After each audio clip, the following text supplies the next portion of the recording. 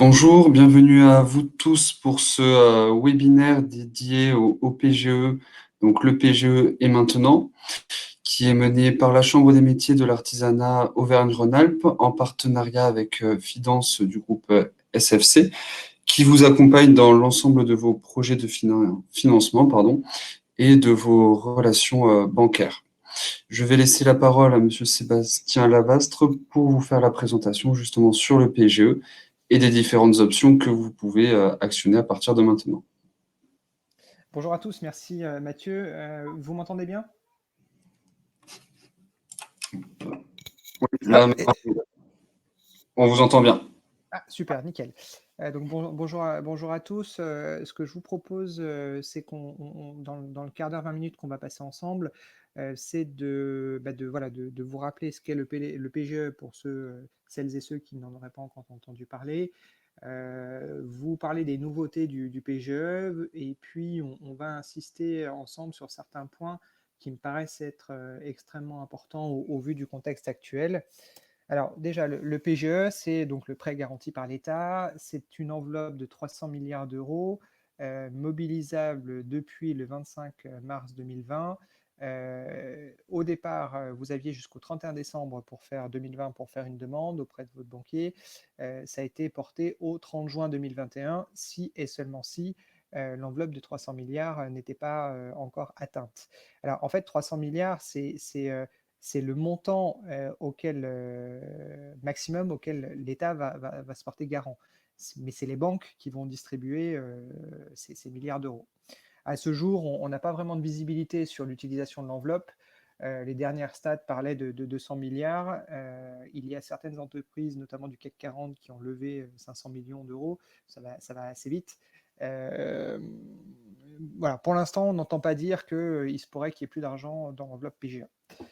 Alors, le plafond du PGE, si votre entreprise a été créée avant le 1er janvier 2019, le maximum du PGE auquel vous pouvez prétendre, c'est 25% du dernier chiffre d'affaires hors taxe de votre dernier bilan comptable. Si votre entreprise est jeune ou répond aux critères de l'entreprise innovante, jeune, c'est constitué après le 1er janvier 2019, le calcul est le suivant, c'est la moyenne mensuelle de la masse salariale constatée depuis la création multipliée par 24.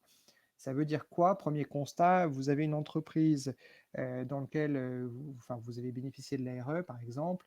Vous n'êtes donc du coup pas rémunéré sur l'entreprise, pas de masse salariale, donc la moyenne mensuelle de 0 multipliée par 24, ça fait toujours 0. Donc dans ce cas-là, pas de possibilité d'aller souscrire un PGE.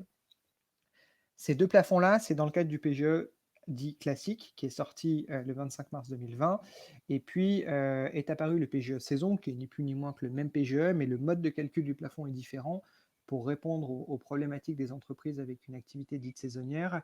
Nous ne sommes plus du coup sur 25% ou la moyenne mensuelle de la masse salariale, on est sur la somme des 3 meilleurs mois de chiffre d'affaires hors taxe du dernier exercice clos.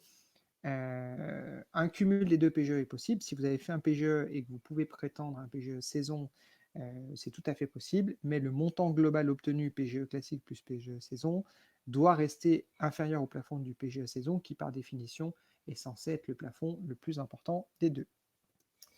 Au niveau du fonctionnement du PGE, on dit PGE1, PGE, mais en fait c'est un abus de langage. C'est deux PGE, il y a deux prêts. Vous avez un premier prêt sur 12 mois en franchise totale, au taux d'intérêt de 0, avec une commission de garantie de 0,25%, puisque ce prêt est assorti d'une garantie d'État, mais c'est vous, emprunteur, qui payez cette garantie. Donc c'est ni plus ni moins qu'un prêt in fine. Hein. Quand je dis en franchise totale, c'est que vous ne paierez rien tous les mois. En fin de prêt, vous paierez le remboursement du capital plus la commission de garantie de l'État.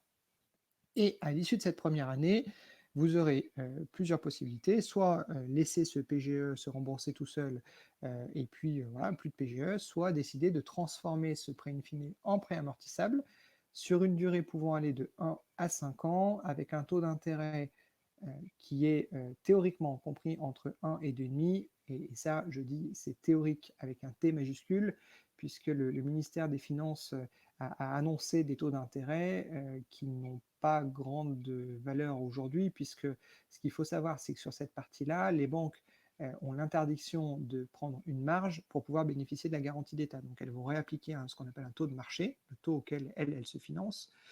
Alors, pour les PGE qui vont rentrer en amortissement en mars 2021, nous sommes en janvier, peut se dire que le taux de marché de mars, c'est celui de janvier. Il n'y aura probablement pas de grosses évolutions. En revanche, vous n'avez pas encore fait de PGE.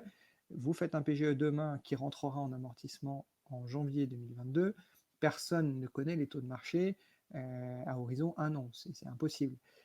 Donc voilà, le taux d'intérêt, c'est pour moi la limite du PGE. Il y a une inconnue. Vous savez que la première année, vous ne paierez que 0,25% au titre de la garantie d'État en période d'amortissement. Pour l'instant, il y a une inconnue. Le coût de garantie va dépendre en fonction de la durée du financement et contrairement à la première année, le calcul du coût de garantie sera établi au passage en amortissement, mais ça vous sera prélevé mensuellement. Ça veut dire quoi? Ça veut dire que tous les mois, vous allez payer dans votre mensualité le remboursement du capital, les intérêts, la garantie d'État et l'éventuel contrat d'assurance emprunteur si vous souscrivez un contrat d'assurance emprunteur.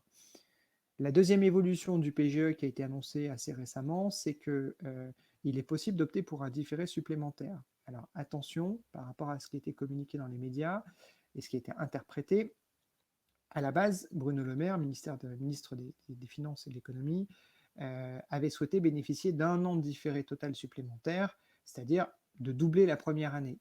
La Commission européenne a dit pourquoi pas, mais tout ça dans la limite de la durée maximum du PGE, c'est-à-dire 1 plus 5, soit 6 ans. Ce qui veut dire que si vous optez pour cette année de différé partiel, déjà elle sera partielle et pas totale, contrairement à la première année, ce sera au détriment d'une année d'amortissement, et ça va avoir un impact qui est loin d'être neutre et que je vais tâcher de vous faire toucher du doigt. Premier exemple, on part sur un PGE de 50 000 euros avec une décision d'amortissement sur 60 mois. À gauche, vous avez le scénario je fais 1 an de différé plus 5 ans d'amortissement, et à droite, vous avez le scénario je fais 1 an de différé, je demande le différé supplémentaire et j'amortis du coup sur 4 ans, comme je vous l'expliquais tout à l'heure. Sur la première année, ça ne va pas changer grand-chose. La première année, ça ne change même rien. Vous payez 0 pendant 1 an, et puis au bout de 12 mois, vous allez payer 125 euros, soit 0,25% de 50 000 euros. Première année, amortissement sur 5 ans, vous allez payer 853,83 euros plus intérêts et assurance. Pourquoi plus intérêts et assurance? J'ai volontairement neutralisé les intérêts puisque je ne connais pas les taux d'intérêt qui seront appliqués. Donc tout ce que vous avez sur les yeux, on parle uniquement de remboursement en capital et de paiement de la garantie d'État. Donc 853 euros par mois la première année, 850 la deuxième année, avec intérêt et assurance toujours. Et pourquoi en année 1, en année 2, en année 3, on n'a pas la même mensualité? Parce que le coût de la garantie d'État n'est pas le même en fonction des années. Tableau de droite, cette fois-ci, vous décidez d'opter pour l'année de différé partiel supplémentaire. Donc vous allez payer en année 1 20 euros. Enfin, la première année, vous paierez 0,25% à la fin. En période d'amortissement avec le différé partiel supplémentaire, vous allez payer 20,83 € au titre de la garantie d'État plus intérêt et assurance, puisqu'on est en franchise partielle. Donc, qui dit franchise partielle dit paiement de l'intérêt. C'est juste le capital qui est reporté à la fin de la période de différé. Et puis en année 2, vous allez commencer à payer 1058,68 plus intérêt et assurance au titre du remboursement du capital, des intérêts, de l'assurance emprunteur et de la garantie d'État. Vous voyez que Sébastien, je vous coupe. Est-ce que vous pouvez parler plus fort, s'il vous plaît? Oui, oui, oui, bien sûr. Je vais rapprocher mon micro. Vous m'entendez mieux? Oui, tout à fait. Merci. Donc, on s'aperçoit là, évidemment, que entre opter pour un amortissement sur 5 ans et opter pour un amortissement sur 1 an de différé plus 4 ans d'amortissement, c'est pas tout à fait la même chose, puisque mécaniquement, si vous avez moins d'années d'amortissement, vous avez une échéance de remboursement en capital qui sera plus élevée. Mais pour 50 000 euros, l'impact, il est pas si fort que ça. Par contre, vous prenez un PGE de 200 000 euros sur 60 mois, là, vous vous apercevez que on se met en année 2. Côté gauche, 3 399,67 plus intérêt plus assurance, avec un amortissement sur 5 ans, alors que côté droit, en année 2, on passe à 4 233,34, puisque ces 200 000 euros, on va en réalité disposer que de 48 mois pour les amortir, et pas 60 mois comme à gauche. Tout ça pour dire quoi? Il faut être bien, si vous avez un PGE ou si vous vous apprêtez à souscrire un PGE, il faut bien vous dire au moment de dire à votre banquier qu'est-ce que j'en fais. Si vous décidez de l'amortir, il ne faut pas se dire youpi, j'ai une année de différé, j'en profite et puis on verra bien. Il faut vous dire, concrètement, qu'est-ce que ça va me coûter si je fais sur 4, sur 5? Quelles sont mes perspectives en termes de business? Quelles sont mes perspectives en termes de trésorerie? Quels sont mes possibles besoins d'investissement? Parce que, en comptabilité, vous avez une notion qui s'appelle la capacité d'autofinancement. C'est votre résultat net plus vos dotations aux amortissements. Cette capacité d'autofinancement, elle est là pour justement rembourser, les emprunts.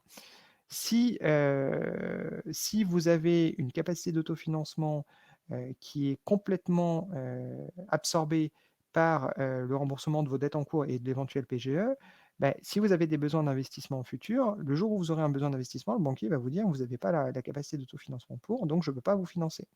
Ça, c'est un élément qui est extrêmement important, d'autant plus que, au vu du contexte économique, il est possible qu'on ait des baisses de chiffre d'affaires, qu'on ait des baisses de rentabilité, de résultats.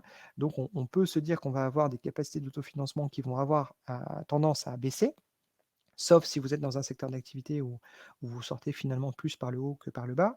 Donc voilà, là, il y a un vrai, vrai point de vigilance, et il faut vous faire accompagner, de votre expert comptable et ou, de la CMA ou de nous pour, voilà, pour vous faire poser les bonnes questions et vous faire surtout prendre les bonnes décisions. D'une manière complémentaire au PGE, il est possible de compléter votre besoin de financement par, des financements BPI, qui est la Banque publique d'investissement, qui est un autre prêt que le PGE, hein. C'est 2 choses bien distinctes. Alors pourquoi je vais vous parler que du prêt tourisme, c'est que, malheureusement aujourd'hui sur la région Aura, les autres formes de financement qu'on peut avoir encore sur certaines autres régions ne sont plus accessibles pour l'instant. Donc aujourd'hui, le seul prêt, qui a du sens, c'est le prêt tourisme qui s'adresse aux professionnels du tourisme au sens très large, hein, puisqu'un un restaurateur, un boulanger, peut bénéficier, métier de bouche peut bénéficier de ce prêt-là. C'est un prêt qui va pouvoir vous financer à la fois des besoins de trésorerie liés au contexte, mais aussi de l'investissement. Je vous déconseille, je vous décourage de financer vos investissements avec le PGE, même si c'est tentant parce que vous avez l'argent sur le compte. Le PGE n'est pas un prêt d'investissement, le PGE est un prêt de trésorerie, avec une inconnue, encore une fois, sur la question du taux d'intérêt et une durée de remboursement trop courte. Le prêt BPI, ce prêt-là est accessible, à partir de 50 000 € jusqu'à 2 millions d'euros.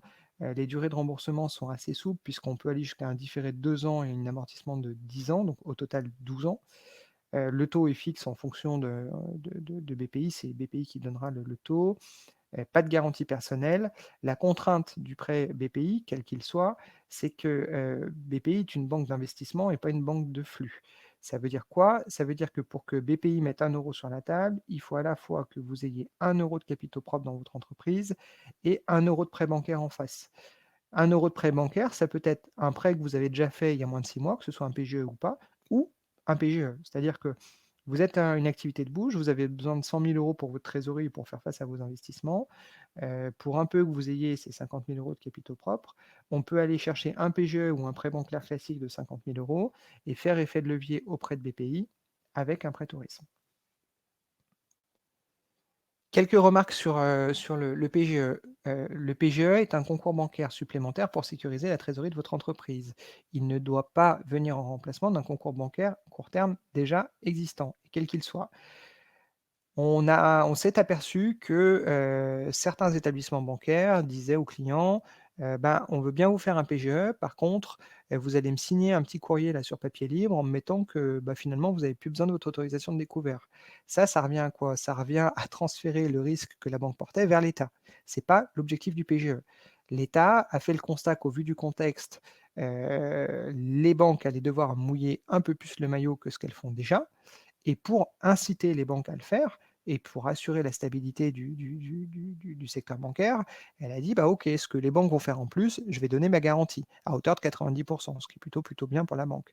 Mais c'est pas fait pour remplacer des concours que la banque avait déjà, qu'on parle d'affacturage, qu'on parle de facilité de caisse, c'est souvent l'autorisation de découvert qui revient. Ça a pas du tout été fait pour ça. Vous avez clôturé vos comptes depuis l'obtention d'un premier PGE et vous souhaitez en obtenir un autre. Ce qu'il faut retenir, c'est que c'est, le dernier chiffre d'affaires hors taxe clôturé qui fait foi. Ça veut dire quoi? Ça veut dire que vous avez fait un PGE et vous n'étiez pas au maximum de ce don auquel vous pouvez prétendre. Vous arrêtez vos comptes. Donc vous étiez sur le bilan N-1. Vous arrêtez vos comptes, donc on a un bilan N. Si votre chiffre d'affaires est en baisse, même si sur N-1, vous aviez bénéficié du PGE pas au maximum de ce que vous pourriez prétendre, le banquier vous dira, bah non, vous ne pourrez pas avoir un PGE, parce que pour avoir la garantie d'État, il doit respecter cette contrainte de s'adosser, de calculer le montant du PGE sur le dernier chiffre d'affaires. À l'inverse, si votre chiffre d'affaires a progressé, bah, vous pourrez, et que vous étiez par exemple au maximum, vous pourrez bénéficier à hauteur de 25% de cette augmentation de chiffre d'affaires. C'est bien la notion dernier chiffre d'affaires clôturé. Et je ne parle pas de bilan publié, je parle de chiffre d'affaires clôturé, ce qui n'est pas tout à fait la même chose. Vous avez un arrêté au 31 décembre 2020, le 4 janvier 2021, vous n'avez pas votre bilan, ou alors vous avez un très très bon expert comptable et une compta très à jour, le banquier vous demandera une attestation de chiffre d'affaires au 31 décembre 2020.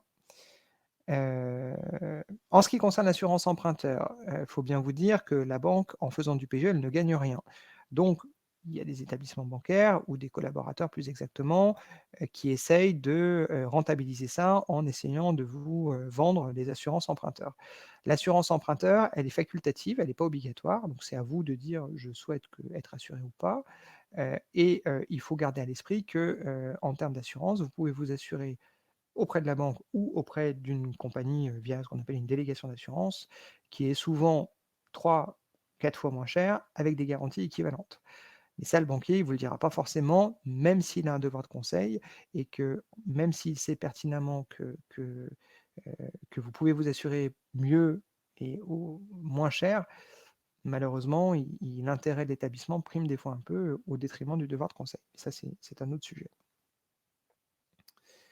Différer ou pas? On reprend sur ce qu'on se disait tout à l'heure. Opter pour une année de différé supplémentaire, c'est pas forcément, une bonne idée. Il faut garder à l'idée que cette année de différé partielle sur laquelle vous allez payer des intérêts, bah, ça remplace une année d'amortissement.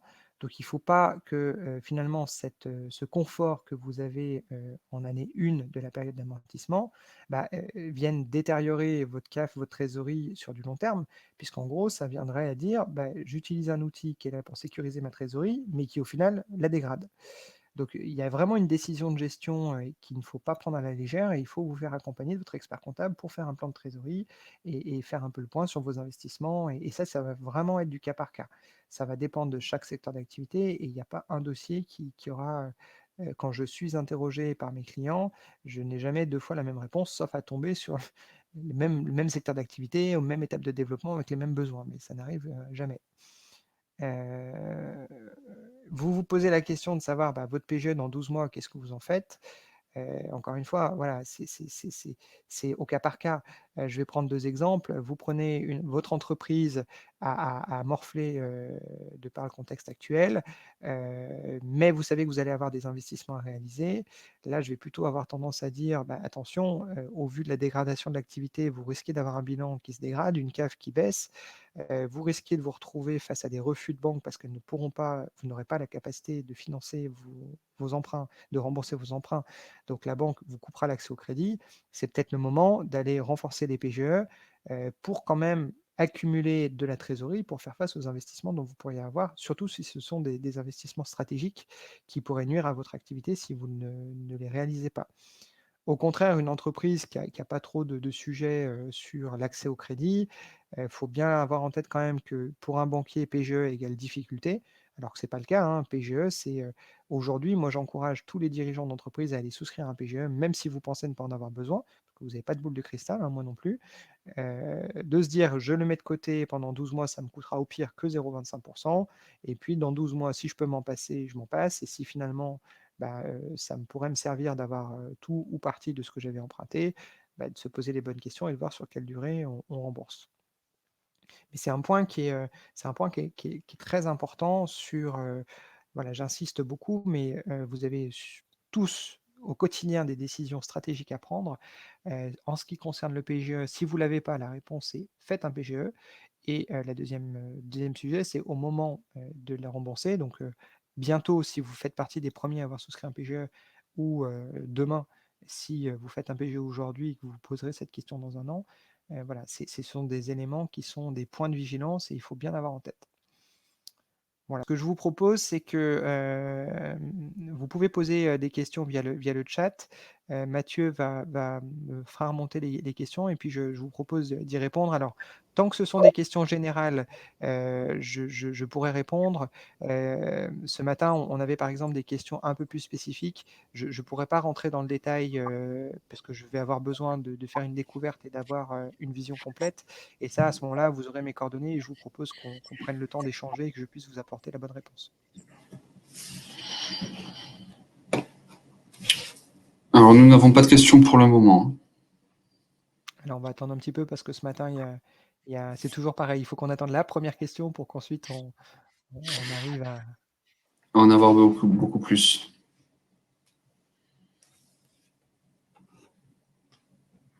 Alors, vous ne pouvez pas intervenir, vous pouvez seulement poser votre question à l'écrit.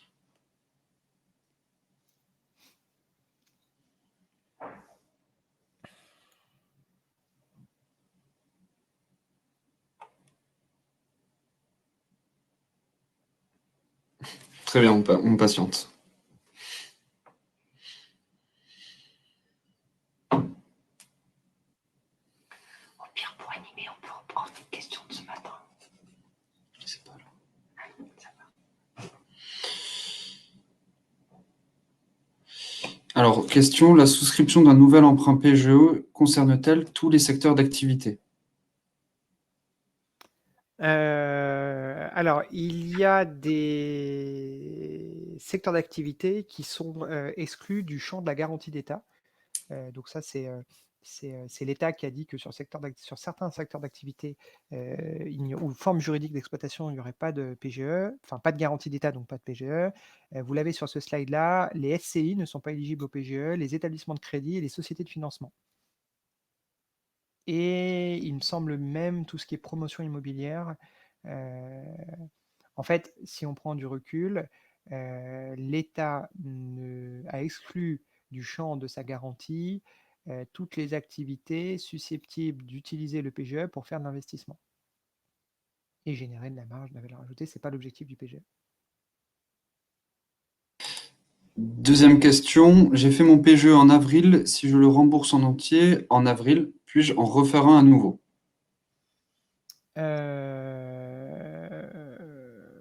Oui, sur le papier, tant qu'on reste dans le montant maximum autorisé, oui. Après, c'est à l'appréciation de la banque.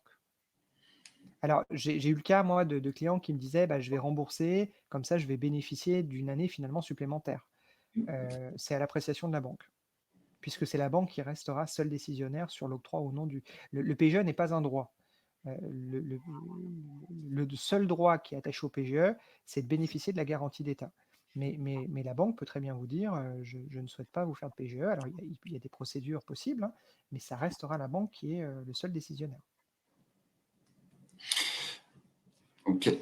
Question à peu près similaire. J'ai actuellement souscrit environ 75% de mon PGE. En demandant à notre banque la totalité de ce dernier, celle-ci semble réticente. Est-ce qu'elle peut refuser les 25% restants? Oui, elle peut le refuser puisque c'est la banque, c'est la banque qui décide et le fondement de la banque, même si ça peut faire, on peut ne pas être d'accord, quand une banque vous refuse quelque chose, elle n'a pas l'obligation de motiver son refus. Elle a le droit de vous dire non, je ne veux pas, sans justificatif particulier. La banque va opérer la garantie d'État, mais va bénéficier de la garantie d'État, mais la banque peut très bien dire non, non en donnant des explications ou non tout court. Après, en cas de refus, il est possible de faire une médiation auprès de la Banque de France. Il est possible, au-delà de la médiation, en cas d'échec de médiation, il est possible d'avoir recours à d'autres formes de financement. Mais la banque, j'insiste bien sur le fait que le PGE n'est pas un droit. Le seul droit que vous avez en souscrivant un PGE, c'est de bénéficier de la garantie d'État. Faut-il que la banque l'accepte? Autre question également, jusqu'à quelle date peut-on déposer un dossier pour le deuxième PGE? Alors, c'est ce que vous avez à l'instant sous les yeux, jusqu'au 30 juin 2021, sous réserve que l'enveloppe de 300 milliards ne soit pas atteinte. C'est-à-dire que si demain l'enveloppe était atteinte, si vous avez 290, enfin, on était à 200, donc si vous avez quelqu'un qui fait un PGE, enfin, une structure qui fait un PGE de quelques milliards, et que l'enveloppe des 300 milliards, les 300 milliards, c'est le montant maximum pour lequel l'État se portera garant pour les banques. Ça ne veut pas dire que les banques ne pourront plus faire de paiement après, ça veut dire qu'elles ne feront plus de PGE puisque l'État ne donnera plus sa garantie.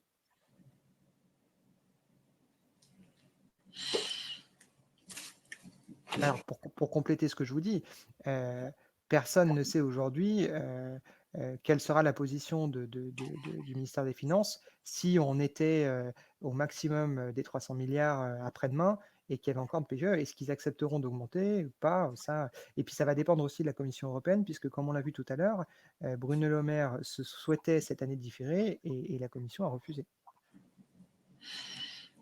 Autre question, quelles sont les modalités pour repousser le délai de remboursement à 2 ans? Alors, pour bien reprendre, pour bien répondre, la première année différée totale, et puis ce prêt s'arrête, et ensuite on bascule sur l'amortissement.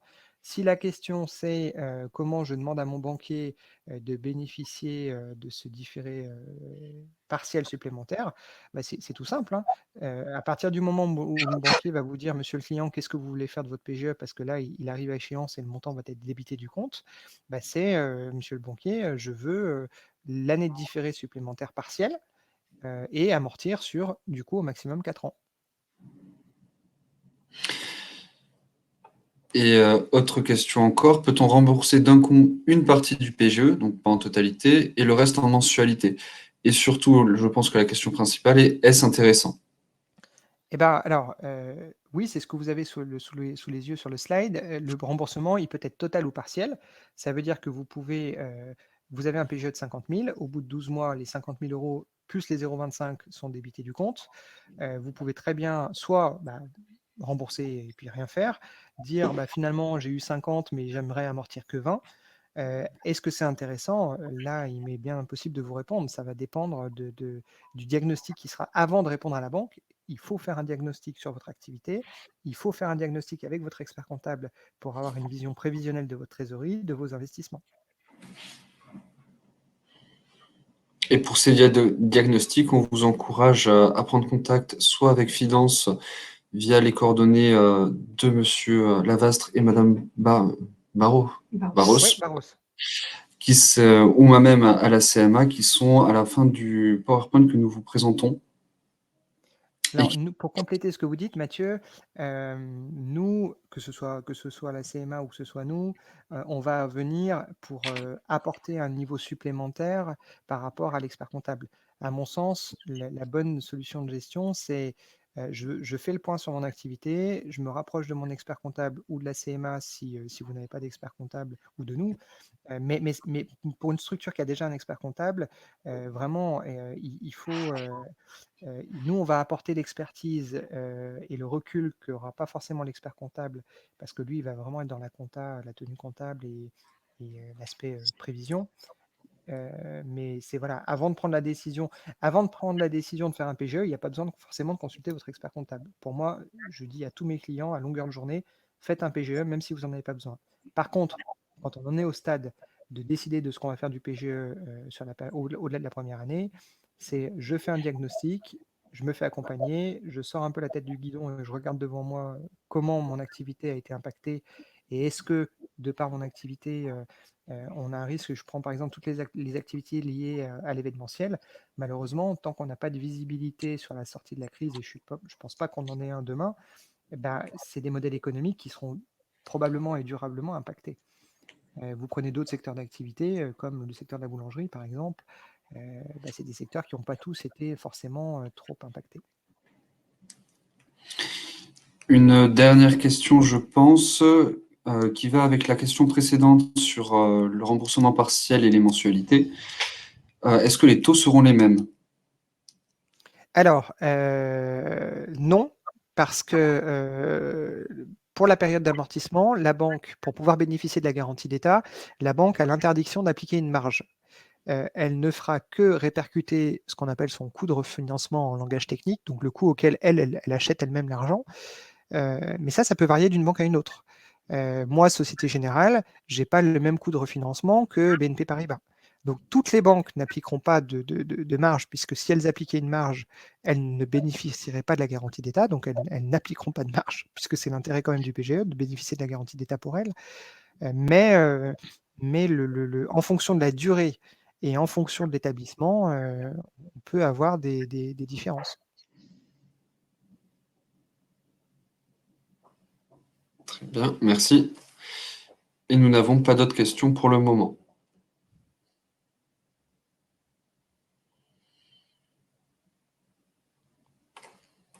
Ça, c'est un élément, c'est une question qui est très pertinente parce que il faudra bien garder à l'esprit que, bon, en tant que chef d'entreprise, j'imagine que vous échangez avec vos confrères, avec vos consoeurs, avec vos partenaires, il ne faudra pas comparer, comme vous pouvez le faire sur un crédit, vous achetez votre immobilier, vous avez eu du 0,90 sur 15 ans, et puis votre confrère, il a du 1%. Bon, là, on peut rentrer dans une comparative de conditions. Sur un PGE, il n'y a pas lieu parce que, en fait, c'est structurel. C'est pas la banque qui va appliquer plus ou moins de marge. En fait, c'est la banque qui va répercuter son coût de refinancement qu'elle suit, mais dont elle n'est pas directement, qu'elle ne maîtrise pas, qu'elle ne décide pas plutôt. Dernière question, donc, afin d'être sûr de comprendre, pouvez-vous réexpliquer le terme différé partiel supplémentaire? Oui, bien sûr, oui, parce que c'est une notion qui est pas simple forcément à comprendre. Alors, la première année, vous avez un premier PGE sur 12 mois avec un différé total. Qui dit différé total, pendant 12 mois, vous payez 0 et le 12e mois, vous allez payer le capital. Donc, sur un PGE de 50 000 €, vous allez payer 50 000 € plus la garantie d'État, donc 0,25 de 50 000. Donc, vous allez avoir votre compte qui va être débité de 50 125 €. Point. Au-delà de la première année, vous avez la possibilité de transformer ces 50 125 €, enfin ces 50 000 €, pardon, parce que la garantie d'État, vous ne pourrez pas la réemprunter. Donc ces 50 000 €, vous pourrez décider de les rembourser sur 5 ans ou de les rembourser sur 5 ans, mais avec un différé partiel d'1 an. Ça veut dire quoi? C'est l'exemple que vous avez là, tableau de droite. Pendant la première année de différé partiel, ça veut dire je paye pendant l'année différée, je paye que les intérêts et l'assurance, que les accessoires. Je ne paye pas le remboursement du crédit, je ne rembourse pas le capital. Donc dans les 20,83 € que vous avez sous les yeux, tableau de droite, ça ne correspond qu'au coût de la garantie d'État, auquel il faudrait payer les intérêts et l'assurance. En année 2, 1058,68, vous avez là le remboursement en capital de la somme que vous avez empruntée, la part de capital des 50 000 € que vous avez emprunté. Différé total, je paye rien du tout. Pas de je ne rembourse pas le capital, je ne paye pas d'intérêt, je paye l'assurance par contre, ça c'est obligatoire. Différé partiel, pendant le différé partiel, à contrario du différé total, je paye tous les mois les intérêts, l'assurance et le capital au-delà de cette période de différé. Et dernière petite question, je pense que celle-ci, elle va être courte. Est-ce qu'on peut dépenser le PGE comme on le veut? Non. Ou est-ce que... Alors oui et non. Oui, parce que c'est un prêt de trésorerie non affecté, donc par définition, vous en faites ce que vous voulez. Dans un souci de bonne gestion, de gestion en bon père de famille, hein, en tant que chef d'entreprise, vous avez une responsabilité, c'est de l'argent de l'entreprise, c'est pas de l'argent personnel. Mais d'une manière plus pragmatique, le PGE, comme je vous l'ai expliqué tout à l'heure, c'est une ressource supplémentaire pour sécuriser la trésorerie de votre entreprise. Ce n'est pas un outil pour financer des investissements. N'allez pas financer des investissements avec votre PGE parce que vous allez vous retrouver déjà avec une inconnue de taux d'intérêt. Hein. Si dans un an, on a une crise bancaire et que les taux d'intérêt, le coût de refinancement des banques explose, vous pouvez très bien vous retrouver avec un PGE la banque vous dit OK, vous voulez l'amortir, mon coût de refinancement il est de 6%, donc vous vous retrouvez avec un prêt à 6%. Je ne suis pas sûr que ce soit une bonne idée.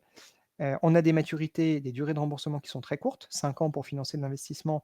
Pour financer un véhicule, ça va très bien, 5 ans, c'est la durée d'amortissement. Mais quelqu'un qui voudrait financer des travaux qu'on peut financer sur 10 ans, puisqu'on est sur des ressources, on est sur de l'investissement moyen terme, donc il faut mettre des ressources stables en face. Là, ça peut créer une tension de capacité d'autofinancement, donc de trésorerie. Mais ça, encore une fois, c'est du cas par cas, parce que si vous reprenez l'exemple que je vous ai cité tout à l'heure, vous êtes une entreprise où vous avez pris de plein fouet le contexte Covid.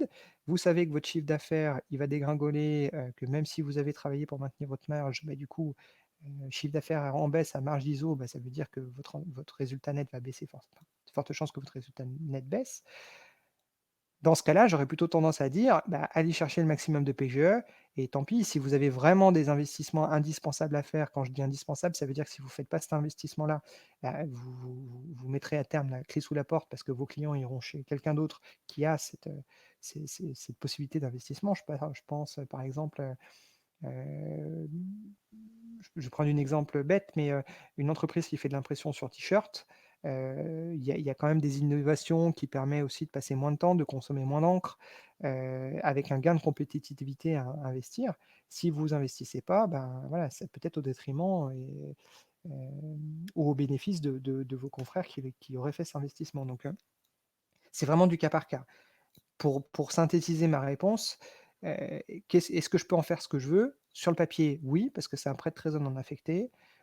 En réalité, non, parce que c'est un prêt qui a été fait pour améliorer la trésorerie et pas pour investir.